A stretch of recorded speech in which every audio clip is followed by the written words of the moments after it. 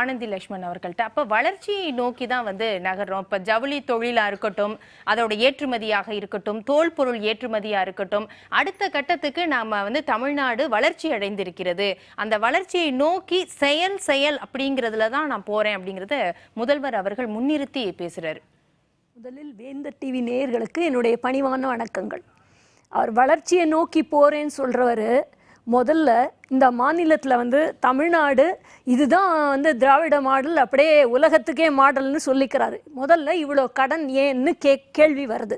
அந்த கடன் ஏன்னு கேள்வி வந்தால் உடனே பதில் என்ன சொல்லுவீங்க? வளர்ச்சி பணிகளுக்காக கொடுத்ததா சொல்வீங்க. அப்படியானா நீங்கள் ஆட்சிக்கு வரும்பொழுதே இவ்வளோ நண்பர் சொன்ன மாதிரி இவ்வளோ கடன் இருந்ததுன்னு நீங்கள் சொல்லியிருக்கீங்க, கரெக்டாக? ஆனால் அப்போ அது குழுவுக்காக ஒரு சிறப்பு நிதி இதுலேருந்து ஒரு சிறப்பு இதுவாக ஏற்பாடு பண்ணிங்களே, ஒரு 5 பேர் குழு, அவங்க எல்லாம் என்ன செஞ்சுட்டு இருக்காங்க? அப்ப அவங்களால செய்ய முடியல. பொருளாதார நிபுணர்களை நீங்க பொருளாதார நிபுணர்கள்னு ஏற்பாடு பண்ணீங்க. அப்ப அவங்க எல்லாம் என்ன செஞ்சாங்க? அப்ப அவங்க முதல்லயே கூட இந்த நிபுணர்களை ஏற்பாடு பண்ண உடனேவே அவங்க என்ன சொல்லியிருக்கணும்? இல்ல இது கடன்ல தான் போகும், வேற வழி இல்லை. அண்ட் ஆல்சோ நீங்க நிறைய உங்களுடைய இதெல்லாம் மாத்திக்க வேண்டும், பொருளாதார கொள்கையெல்லாம் புதுசா சீரமைப்பு பண்ணி ஒரு இந்த தமிழ்நாட்டுக்குன்னு ஒரு மாடல் கொண்டு வரணும், அதே மாதிரி நீங்க செய்யணும் அப்படின்னு. அப்போ இவங்களால 3 வருஷம் முடிவில் கூட கடனில் தான் நிறுத்த முடிச்சது. இல்லை, முன்னாடி இருந்த கடனை விட இப்போ குறைஞ்சிருக்கு, இல்லட்டா முன்னாடி இருந்த கடன் விகிதாச்சாரப்படி இப்போ குறைஞ்சிருக்கு அப்படின்னு நீங்கள் சொன்னால் நியாயம். ஆனால் உங்களால் அப்படி எதுவுமே சொல்ல முடியல. முதலாவது ஒரு அடுத்த தேர்தலுக்கு ஒரு தேர்தல் வாக்குறுதி கொடுக்குறாங்க. அப்போ ஒரு நாட்டில் பொருளாதார பிரச்சனையை பற்றி சொல்லும்பொழுது இலவசங்கள் கொடுக்கிற பொருளாதாரம் சரி வராதுன்றது உலக அளவில் உள்ள கருத்து. அப்படி இருக்கிறச்சே நீங்கள் முதல்லவே கூட 3 வருஷத்துக்கு முன்னாடி ஏற்கனவே இருந்த அரசாங்கம் இவ்வளோ கடன் வச்சிருக்காங்கன்னு நீங்கள் கம்ப்ளைண்ட் வைக்கிறீங்க. ஆனால் நீங்கள் சொல்லும்பொழுது அப்போ அங்கே என்ன பண நிலவரம் என்ன இருக்குன்னே தெரியாமல் நீங்கள் பாட்டுக்கு இலவசங்களாக அனௌன்ஸ் பண்ணுறீங்க. அப்போ என்ன ஆயிடுத்து உங்களுக்கு? 3 வருஷம் முதல்ல மகளிருக்கு உரிமை தொகை தரோம், எல்லாருக்கும் தரேன்னு சொன்னீங்க. அது முதல் ஃபெயிலியர், முதல் தோல்வி.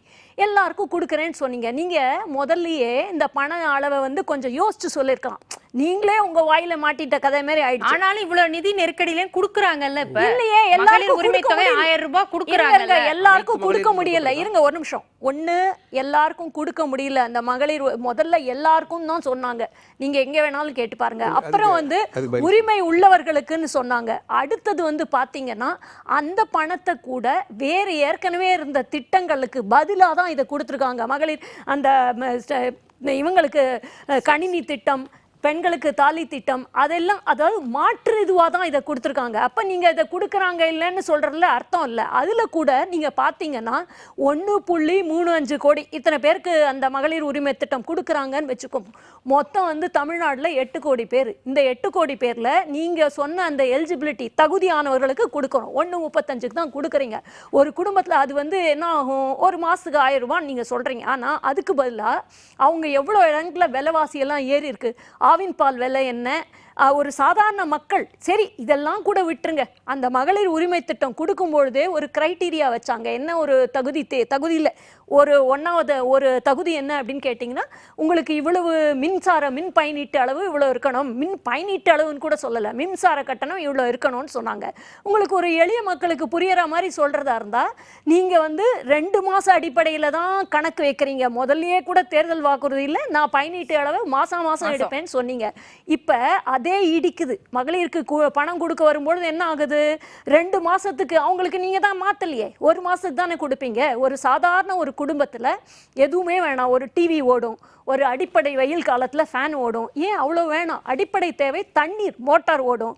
அவங்கள 1 மாதம் யூனிட் நீங்கள் கனெக்ட் பண்ணிங்கன்னா குறைச்சலாக வரும், உங்களுக்கு ஆட்டோமேட்டிக்காக அந்த தகுதி வந்திருக்கும். ஆனால் நீங்கள் 2 மாதம் பயனீட்டு அளவு எடுத்ததுனால யூனிட் டாரிஃப் படி அவங்களுக்கு அங்கேயும் அதிகமாக போச்சு, அங்கேயும் அவங்களுக்கு தகுதி இல்லாமல் போச்சு. அப்போ நீங்கள் பண்ண குளறுபடினால தான் அவங்களுக்கு அந்த உரிமை, அதை வாங்கக்கூடிய தகுதி கூட இல்லை. அதே மாதிரி அந்த மகளிர் உரிமை திட்டத்தில் டிராக்டர் வச்சிருக்கிறவங்கன்ற மாதிரி ஒரு கண்டிஷன் சொல்லியிருந்தாங்க. இப்போ நான் ஒரு கேட்குறேன், தனிப்பட்ட முறையில் யாராவது ஒருத்தர் கார் வச்சிருக்கேன்னு சொன்னால் ஒத்துக்கலாம், இல்லாட்டா ஒரு 2 வீலர் வச்சிருக்கேன்னு சொன்னால் சொல்லலாம். டிராக்டர் யார் வச்சுப்பாங்க? அவ்வளவு நிலம் இருந்து அவ்வளோ விவசாயம் பண்ணுறவங்களுக்கு தான் அந்த டிராக்டர் யூஸ் ஆகும். இது யாருக்குமே தெரிஞ்ச விஷயம். அப்போ அந்த விவசாயம் நிலம் அவ்வளோ வச்சிருக்கிற அளவுக்கு இருக்கிறவங்க டிராக்டர் வச்சிருந்ததுல அவங்கள வந்து ஏழையில எப்படி நீங்க சேர்க்க முடியும்? அவ்வளோ நிலம் இருக்குல்ல, அப்போ எப்படி நீங்க ஏழையா சேர்க்க முடியும்? அப்படின்னா நீங்க சொல்ற ஒவ்வொரு விஷயமும் உங்க சௌரியத்துக்கு தான் ஏதோ சொல்ற மாதிரி. இப்ப வாங்கிட்டு இருக்க மகளிர்லாம் யாரு? அவங்க நீங்க வச்ச தகுதி தான், யாருக்கு தெரியும்? அதுல கூட சில பேர் நிறைய வைரலா கூட வீடியோலாம் வந்தது. சில பேர்லாம் பாத்தீங்கன்னா வீட்டுல உங்களுக்கு டிவி இருக்கக்கூடாது, இது இருக்கக்கூடாதுன்னு சொன்னா, இது வந்து ஒரு லாட்டரி மாதிரி. அப்படியும் சில பேருக்கு உண்மையா தகுதியானவங்களுக்கு கிடைச்சிருக்கு, நான் இல்லைன்னு சொல்லல, கிடைச்சிருக்கு. அதை வந்து நீங்க வந்து ஒரு அரசு வந்து ஒரு நேர்மையா அழகா நடத்தி கொண்டு போக வேண்டிய ஒரு அரசு இந்த மாதிரி அதை வந்து ஒரு கேம்பிளிங் மாதிரி யாருக்கு கிடைச்சதோ அவங்களுக்கு அதிர்ஷ்டம்னு சொன்னீங்கன்னா, அதுல கூட நான் உங்களுக்கு சொல்றேன், பக்கத்து வீட்டுல 2 பேர் இருக்காங்க. ஒரு அம்மா வயசானவங்க, அவங்களுக்கு எந்த ஆறுதல் எதுவுமே இல்லை, அவங்களுக்கு அந்த உதவித்தொகை கிடைக்கல. பக்கத்து வீட்டுக்காரங்க அவங்கள விட வசதியானவங்க, அவங்களுக்கு கிடைச்சிருக்கு. ஏன்னு கேட்டீங்கன்னா, நீங்க தகுதி அடிப்படையில் வச்சிங்க பாருங்க, அந்த அந்த பிரின்சிபல்னால, அந்த கொள்கைகள்னால. அதனால ஒவ்வொரு இடத்துலையும் உங்களுக்கு திறமையான நிர்வாகம் இல்லை.